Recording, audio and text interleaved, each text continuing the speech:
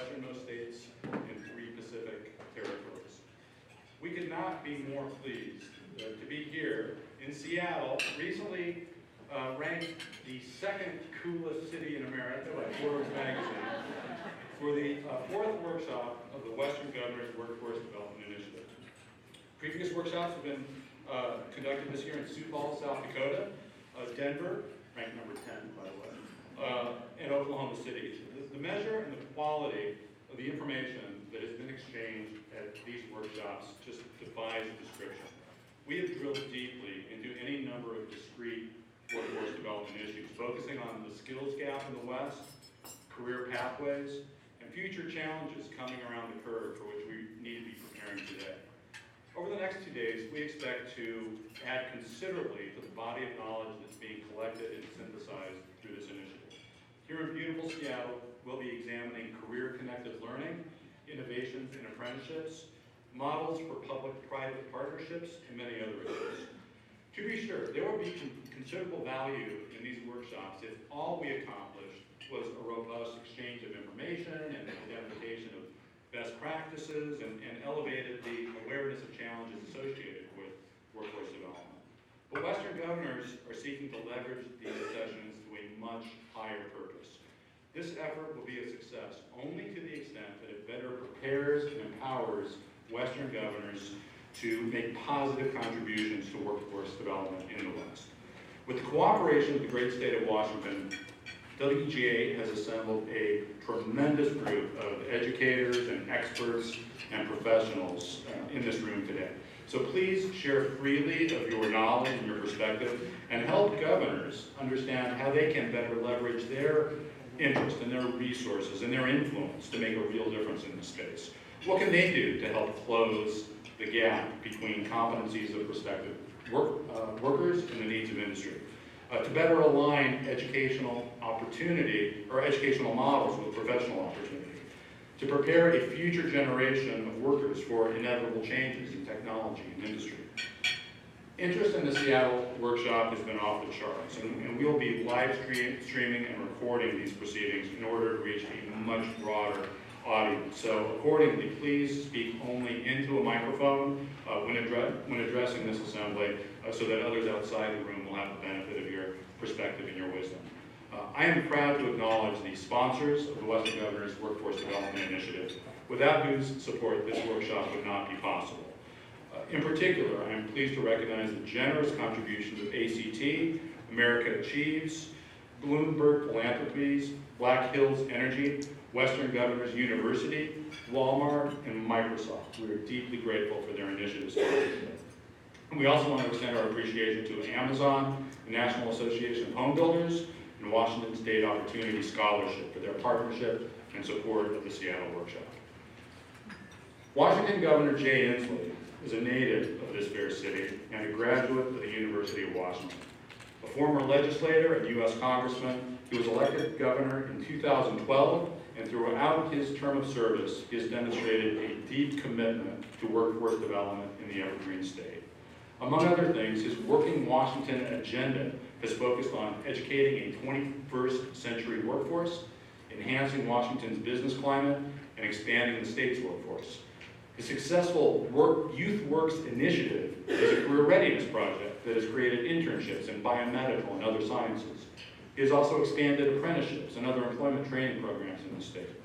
There are few individuals, let alone governors, who are more invested in this important topic of workforce development. It is my sincere honor to introduce the 23rd governor of the great state of Washington, the Honorable Jay Inslee.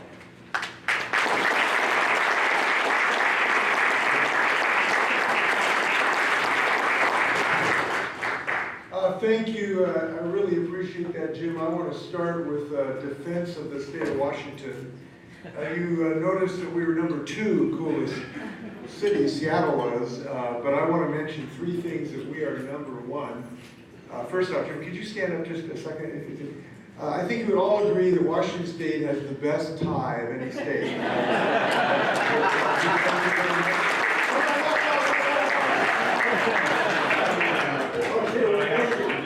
Very lightly. Serious. Oh my God.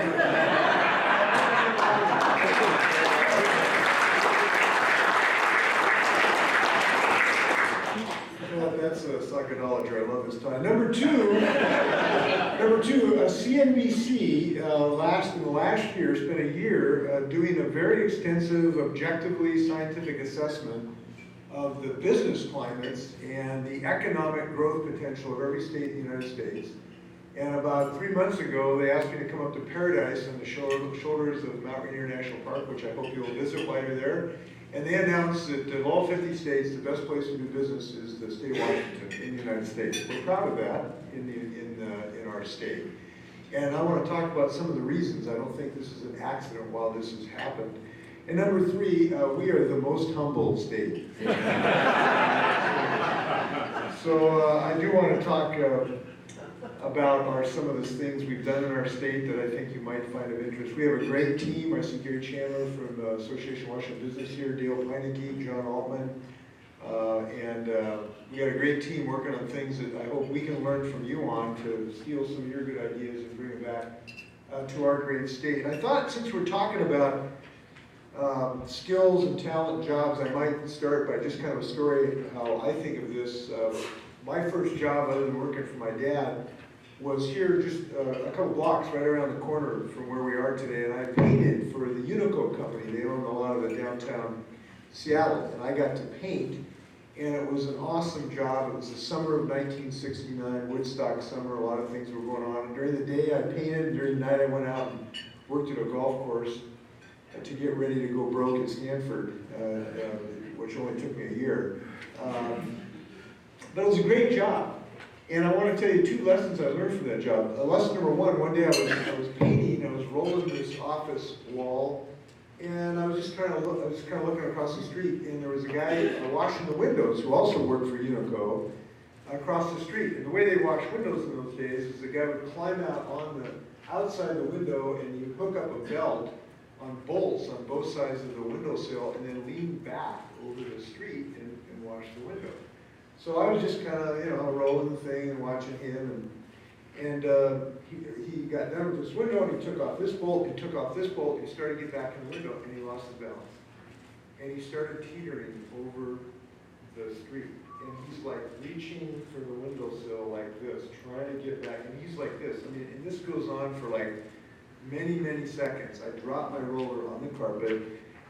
I'm just going, oh my God. And he just finally gets his little 2 fingers on the window frame and pulls himself back in and gets into the thing. I just couldn't believe it. I almost seen that tragedy. And then he sticks his head out and waves to me. So I learned that you should never trust a window washer. But there was a second thing I learned there, is I worked with people that were, quote, older guys, probably in their 50s at the time. They were from around the world. They had been apprentices in Sweden. There was a Swede there. A guy had been an apprentice in Germany. And the one thing I learned about these folks is they were really proud of their work. They were really proud of their work. When they painted a room, it was like a Van Gogh. And they had real dignity in their work. And I could sense that this was a major part of their identity. And they felt good about what they did every single day. And it was a lesson I learned early, that work has great dignity, all work has great dignity, and people want to be proud of what they do. And so giving people skills to allow them to be proud of what they do is a big thing in giving people sort of satisfaction of who they are. Jobs are not just, a paycheck. They're who we are, their identity, their opportunity, their pride. And I kind of learned that listening to these people tell their stories. I remember listening to a guy who did take an apprenticeship in Germany, and it was like a 4-year apprenticeship, and he was just talking about how he learned to match colors, which is a real art form. And this guy could perfectly match a color. It was unbelievable. And he learned this in an apprenticeship program while he was in Germany, and then painted downtown Seattle. And that kind of lesson has always stuck with me. So we have been in the state of Washington trying to give people more opportunities to be proud of what they do and earn a good living as a result, and to build an economy where everyone can thrive. And we've had sort of 3 pillars of our job and economic growth strategy. And those have been talent, connectivity, and innovation. Talent, connectivity, and innovation. I'd like to talk to you about talent first. because it is the single most important thing that state governments can do, is to develop talent. That's essentially the best thing we can do for both people and economic development. And we have been very dedicated to that in the state of Washington in many, many ways. Starting with the largest increase of our educational investment in our state history, so we can give teachers what they need, beginning in very early years, all the way through college. And we're putting our money where our mouth is. You can't do this without money sometimes. We have put our money where our mouth is. We just recently passed the biggest reinvestment in state history in this regard, and we were proud of that. And we're doing things that work. Here's a radical thought. We know the single best investment is in a 3 or 4-year-old. We know it's a lot better to invest in a 3-year-old to solve some of their speech and language problems so they don't end up in Walla Walla in my penitentiary system. So I'm really proud that we've made the biggest expansion of early child education in our state history. And I'm the first governor that can say every single kid in my state's getting a full day kindergarten experience. And we're reducing class sizes. And we're increasing the computer science and STEM education, our K through 12 system. And we are expanding access in our college system by expanding our financial education opportunities and our capacity in our education, particularly in our STEM degrees, because we know there's a huge demand for these STEM degrees. So we've increased the access for our computer science programs, for instance, at the University of Washington. So from age 3 to postdoctoral, we're moving the needle on educational opportunities because we know it is the single best thing that we can do, and we're making strides. We've increased our graduation rates here in the state of Washington. We've increased our math scores. We're moving the needle. But guess what though? We're not doubling percentages. We're moving by percentage points. But you know what? When we increase the graduation rate by just a percentage point, that means 2,000 more kids have a shot at a good life. And we've done that. So about 2,000 more kids have had a shot at a good life. And as a governor, I take pride in that. The kids are going to have a shot with that degree. I just came from a meeting about gang violence, and I met with half a dozen gang members this morning.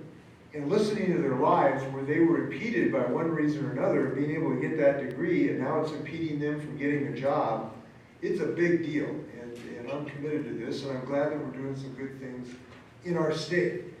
But there is one thing we're doing fairly dramatically in our state, and that is to change the orientation of fundamentally how we think of education. I believe we have made a mistake, a fundamental mistake in my state, and pretty much nationally in the last 2 decades. In the last 2 decades, in recognition of the need for high-tech talent, we have sent a message to our children that I think is damaging to them. And that message has been, if you're a kid that doesn't get a 4-year degree, you're a failure. It is time to change that. It is time to make sure that every kid has a career readiness program fit for their vision and their aspiration, and that includes apprenticeship programs. So the day you graduate from high school, you got a certificate. If you want to go to work as an electrician or a welder or a nurse's assistant or a phlebotomist or a culinary worker, you're ready to go to work, job ready on day 1. While you've had an apprenticeship, getting paid while you're in high school. That is a vision statement we have in the state of Washington, and we're starting this big time. And it's exciting to me to think we got kids to be able to do that. For a lot of reasons. One is, I don't want them to have a lost decade. We have a phenomenon called the lost decade. The average age of our 2-year colleges is 28, which is good. We got 2-year technical colleges, and we're glad we got these kids. But essentially what that means is for 10 years, people kind of floundered around looking for their vision statement. And they finally figured out, I gotta get some skills. We want them to get those skills in high school. And so we are starting one of the most aggressive apprenticeship programs in the country. We're probably tied with Colorado, and thanks John Hickenlooper for his great leadership in Colorado. There's good things going on in Colorado. But we're gonna surpass Colorado. Starting Monday, when I go to Switzerland with about 50 business people and look at what they do with their apprenticeship model in Switzerland. We want to allow that to happen. And this is personally thrilling when you see this happen. We have a program called AJAC here, And we have started now with our first 12 apprentices in the state system. So I got to go to the first 12 in Tacoma, Washington a few months ago. And what we did is we had the kids come up, and they came up to the table, to the dais, and they got to put on the hat of the company they're going to have an apprenticeship with. These are high school students, and put on their shirt, and they were just as proud as the NBA draft day. So when LeBron James got the, a Cleveland hat, these kids were just as exciting when they put on a machine shop hat. That's a good thing, and we want to replicate that by the thousands across the state of Washington. And any of you have ideas about that, I hope that you will share it with us. John's open ears, he's leading this effort. We're very excited. We got support from Microsoft. Thank you, Microsoft. Brad Smith is our co-chair. And thank you very much for your work that you're doing to help us out. So we're moving the needle on talent. The second secret to success, of our economic success, is connectivity. I think there's kind of a principle, and I don't know if anybody's written a treatise on this, which is the more human connections there are, the more innovation and the more growth you have in your economy. It's a function of the number of connections that people have. And because we have been an open state and a welcoming state, we have welcomed talent from all over the world that are creating these connections, that have created these new whole technological revolutions. If you go into the back rooms of Microsoft or Juno Biological that's curing cancer, or Boeing, you will see talent that wasn't born in the state of Washington. But we have created a welcoming atmosphere in the state where we're willing and eager to bring in talent to create those connections so that we can grow our economy. And that's one of the reasons why we've been so successful economically. It's one of the reasons CNBC has said we have the best economy in the world. Now I mention this because frankly this connectivity is at risk. It's a risk because we've seen some policies from the presidents that want to prevent us from bringing in talent to grow these great businesses. And that creates risk. So when we started this lawsuit against the president's travel ban, we were joined with Amazon and Microsoft and Expedia who said, look, you're preventing us from sending salespeople around the world. We can't hire a salesperson from Iran now to sell our airplanes. And I'm glad we've succeeded in keeping the ability for Boeing and Expedia and Microsoft to sell their products around the world. We had the director of nursing, I had lunch with the other day, the director of nursing at the University of Washington. She was going to have to leave our state because the president's travel ban would have prevented her kids who live in Sweden, one of whom is a lawyer and one of whom is a cancer researcher, from coming to visit her and bring their grandkids into our state.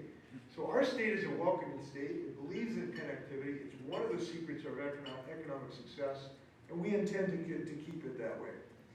So talent, connectivity, and the third is innovation. We know that the basic skill, the basic asset we have in the state of Washington is innovative capability. We don't have oil, we don't have gas, we don't have coal, we have innovation. It is the foundation for economic development. So we are always looking for policies that will help spur innovation. So I'll give you an example. So we in our state believe autonomous vehicles are going to be a big deal in our future. They're going to be a major part of our economic development, and we're going to have a major industrial transformation around them. As a result, we have had a policy to help build the research and development capacity in our state around their development. So we decided to have a very light touch regulatory system as part of our inducement to bring these companies in the state of Washington. As a result, we've got 20 companies today developing autonomous vehicles in the state of Washington. So that light touch approach has been very successful, always trying to bring in cutting edge companies that are doing innovative work. It's been the same thing with our cancer research, where the University of Washington and Fred Hutch are literally curing cancer within 4 miles of this building. And so we're proud of those policies. They're working, and we intend to keep us up. So I want to mention one thing that is a cloud on our horizon, though, which is also an opportunity. And that is that our economy in my state is threatened, in your state too, by something that is damaging a basic fundamental part of our economic growth. And that's the threat of climate change.